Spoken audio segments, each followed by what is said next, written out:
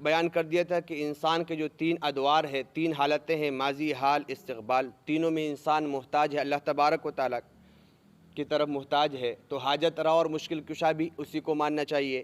ایاک نعبد و ایاک نستعین میں یہ اقرار کروایا گیا۔ اب عبادت اور بندگی اور مدد تو اللہ تبارک و تعالیٰ ہی سے مانگنا ہے، تو کیا غیر اللہ سے مدد مانگ سکتے ہیں کہ نہیں؟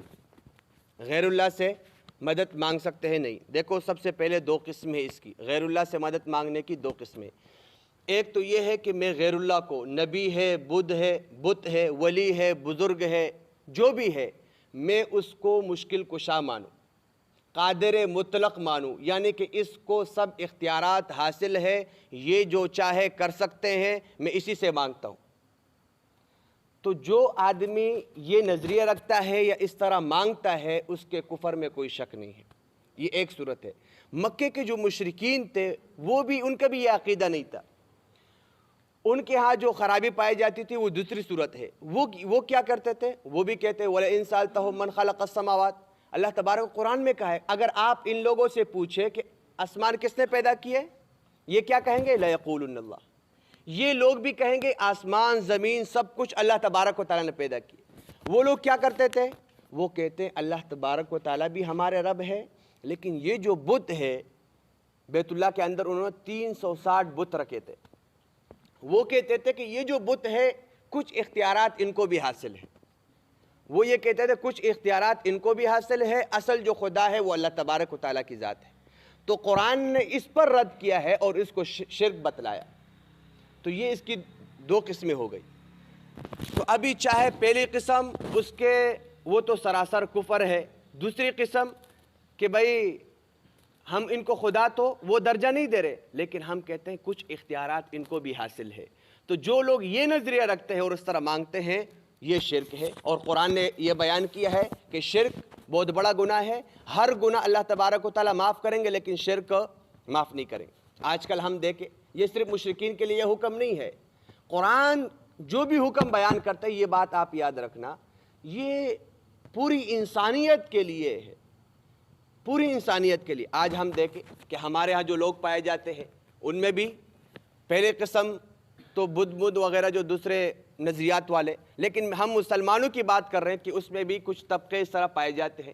وہ کیا کہتے ہیں کہ دیکھو ہم یہ مانتے ہیں اللہ تبارک و تعالیٰ وحدہ لا شریک ہے، سب کچھ ہے، لیکن یہ جو بزرگ ہے، یہ جو پیر ہے، یہ جو نبی ہے، کچھ اختیارات اس کو بھی حاصل ہے۔ بھئی یہی تو شرک ہے۔ بھئی مشرکین پر رد کیوں کیا گیا؟ مشرکین کیا کہہ رہے تھے؟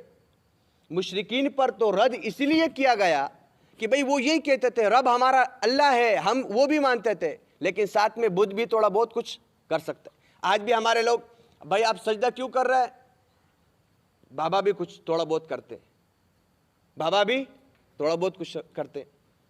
ایک جگہ پہ جانا ہوا ملتان میں، ایک درگاہ پہ، لوگ کہتے ہیں یہ درگاہ پہ نہیں۔ بھئی درگاہ پہ تو ہم بھی جاتے، بھئی درگاہ پہ جانا چاہیے، قبرستان میں بھی جانا چاہیے، لیکن ان کے سامنے سجدہ کرنے نہیں۔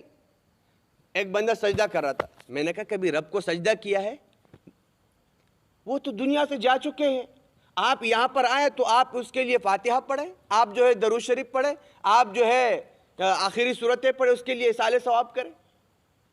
لیکن آج ہمارے ہاں یہ ہو رہا ہے۔ تو یہ وہ کیا کہہ رہے ہیں کہ بابا بھی کچھ ہو کر سکتے ہیں۔ تو یہی شرک ہے، یہ بات سمجھنی چاہیے۔ تیسری قسم ایک الگ چیز ہے، اس کی وجہ سے لوگ افراط و تفریط اور غلطی کے شکار ہیں۔ ایک ہے کسی کے ذریعے سے توسل، مدد حاصل کرنا۔ دیکھو اس کو کہتے ہیں وسیلہ۔ ایاک نعبد و ایاک نستعین کے ضمن میں بات ہو رہی۔ وسیلہ جو ہے وہ الگ چیز ہے۔ وسیلہ کیا ہے؟